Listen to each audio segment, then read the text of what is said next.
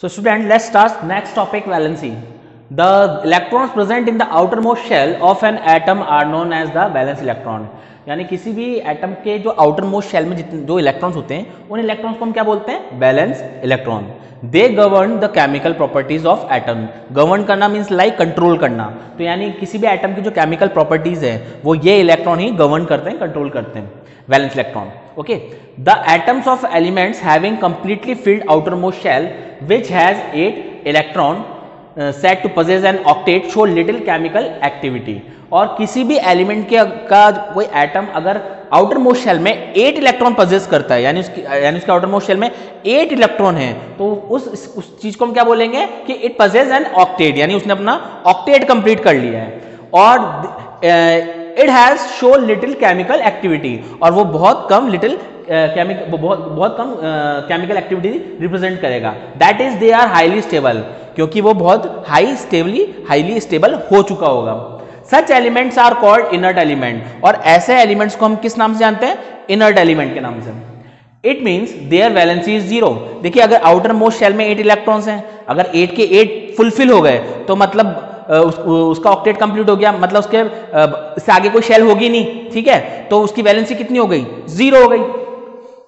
Of these inert elements, the helium atom has 2 electrons in its outermost shell, and all other elements have atoms with 8 electrons in its outermost shell. यानी जितने भी inert elements हैं इनके atom में helium को accept helium सभी के outermost shell में 8 इलेक्ट्रॉन्स होते हैं, और हीलियम के अंदर आउटरमोस्ट शेल में 2 इलेक्ट्रॉन होते हैं, क्योंकि इसके पास नंबर ऑफ इलेक्ट्रॉन से 2 होते हैं.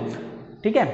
The tendency to react with atoms of the same or different element to form molecules is an attempt to attain fully filled outermost shell. It means atom reacts with other atoms in order to attain fulfilled outermost shell. देखिए, कोई भी किसी भी element का atom है वो यही चाहता है कि वो अपना ऑक्टेट कंप्लीट करे, वो अपना आउटरमोस्ट शेल कंप्लीट करे. इसके लिए वो चाहे इलेक्ट्रॉन लूज करे या लूज करे या गेन करे, तो दूसरे एलिमेंट के साथ जो कंबाइन करके हर एलिमेंट का एटम चाहता है कि मैं अपना आउटरमोस्ट जो शेल है वो फुलफिल करूं, अपना ऑक्टेट कंप्लीट करूं. An outermost shell which had 8 electron is called an octet. तो जैसे मैंने पहले बताया कि अगर आउटरमोस्ट शेल में 8 इलेक्ट्रॉन है तो उसे हम ऑक्टेट बोलेंगे. एटम्स वुड दस react so as to achieve an octet in the outermost shell. This was done by sharing, gaining or the loss of electron. यानी इलेक्ट्रॉन की गेन और शेयर करने से, जैसे मैंने भी अभी डिस्कस किया, या शेयरिंग करने से वो पूरा करता है अपना octet. The number of electrons lost or gained or shared by an atom to become stable or to achieve an octet in the outermost shell is known as the valency of that element. तो जितना electron को आप gain करके या share करके या loose करके अगर वो अपना ऑक्टेट कंप्लीट कर रहा है वो कहलाएगी उस एलिमेंट की वैलेंसी. सपोज दैट किसी एलिमेंट के एटम में नंबर ऑफ आउटरमोस्ट शेल में नंबर ऑफ इलेक्ट्रॉन्स है 5. ठीक है. अब इसको ऑक्टेट कंप्लीट करने के लिए या आउटरमोस्ट शेल में 8 इलेक्ट्रॉन्स कंप्लीट करने के लिए कितने की नीड है? 3 इलेक्ट्रॉन्स की नीड है. 5 तो उसके पास ऑलरेडी है, तो 3 इलेक्ट्रॉन्स ये किसी के साथ गेन करेगा, तो दूसरे के साथ कंबाइन करके जो ये 3 इलेक्ट्रॉन्स गेन कर रहा है, तो मतलब इसकी वैलेंसी कितनी हो गई? 3. जितने की नीड इलेक्ट्रॉन लूज करके या गेन करके कंबाइन कर रहा है वो होगी उसकी valency. In other words, it is the combining capacity of the atom and element with the atoms of other element in order to complete its octet. और we can say that कि ये क्या है? किसी भी एलिमेंट के atom की combining capacity है कि वो दूसरे एटम के साथ कंबाइन करके अपना ऑक्टेट कंप्लीट कर ले. The valency of elements of some groups are described below. First, hydrogen, lithium, sodium and potassium atoms contain 1 electron each in their outermost shell. Therefore, each one of them can lose 1 electron to become stable. Hence, their valency is 1. देखिए, जितने भी elements के नाम हैं, चाहे वो hydrogen हो, lithium हो, सोडियम हो, पोटेशियम है, इनके आउटरमोस्ट शेल में कितने नंबर ऑफ इलेक्ट्रॉन्स कितने होते हैं? 1.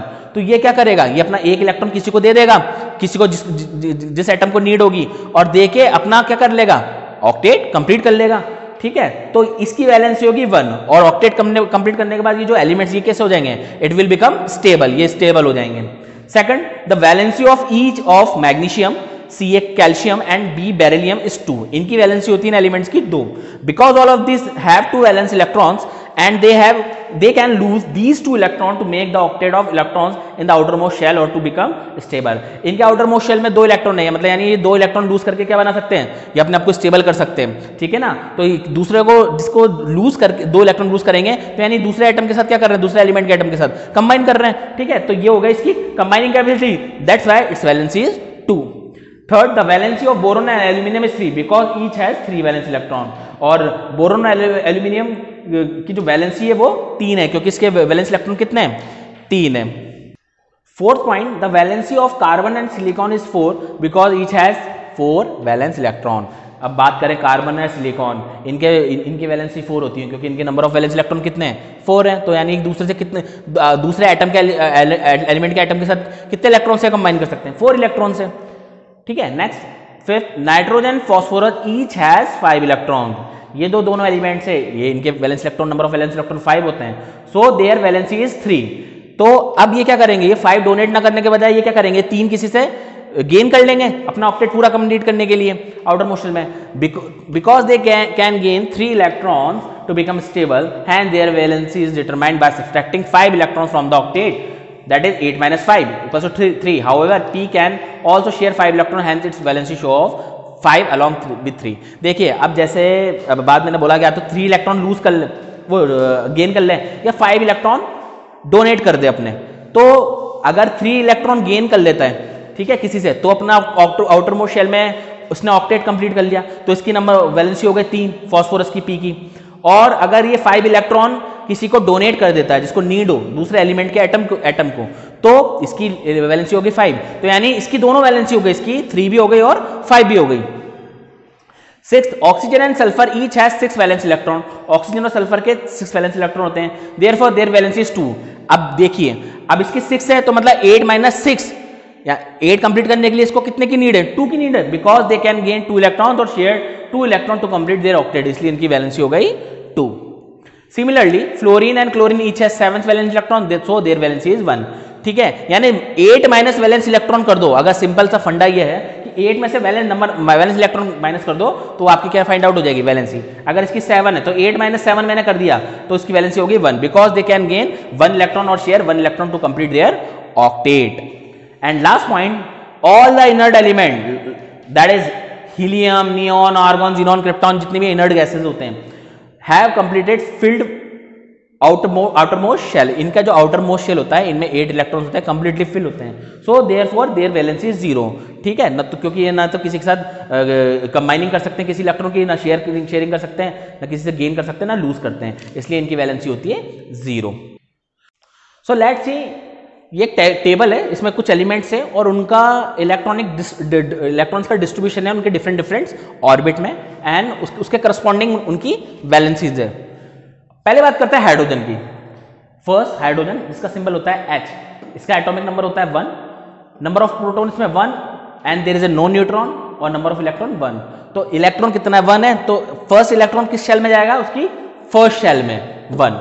अब फर्स्ट नंबर ऑफ इलेक्ट्रॉन 1 है, तो ऑक्टेट कंप्लीट करने के लिए 8 तो होगा नहीं इसमें, तो इसको क्या करेगा, ये तो आया 1 अपना डोनेट कर देगा. तो 1 डोनेट करके ये क्या कर लेगा, इसका आउटर मोस्ट में कोई जरूरत नहीं होगी, नीड नहीं होगी, तो इसकी वैलेंसी कितनी हो गई, 1 हो गई. Second, helium. हीलियम का सिंबल होता है He, एटॉमिक नंबर इसका 2 है.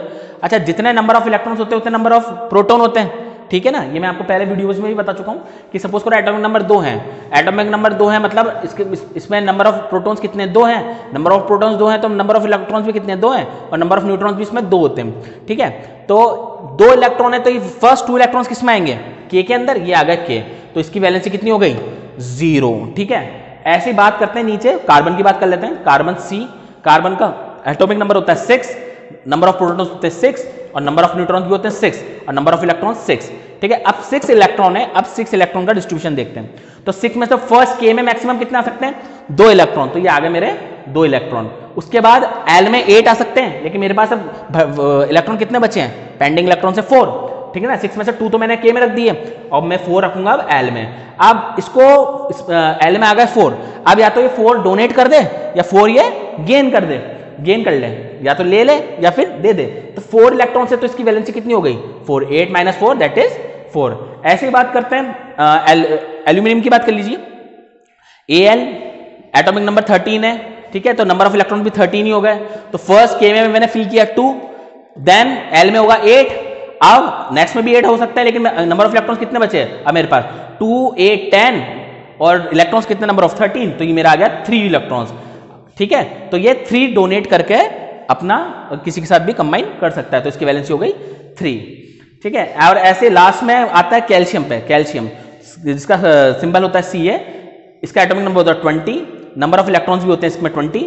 फर्स्ट के में आ गया 2, फिर हम फिल आगे वाली एल में फिल करेंगे 8, फिर देन एल में फिल करेंगे 8, तो 8 और 8 16 और 2 18, तो यानी एन में अब कितने बचेंगे हमारे पास, रेस्ट ऑफ इलेक्ट्रॉन्स कितने होंगे 2, तो इसकी वैलेंसी कितनी हो गई 2, ठीक है। तो ये कुछ इंपॉर्टेंट एलिमेंट्स है, इनकी वैलेंसीज आपको ध्यान रखनी है, बहुत इंपॉर्टेंट है, और ये इनका डिस्ट्रीब्यूशन है।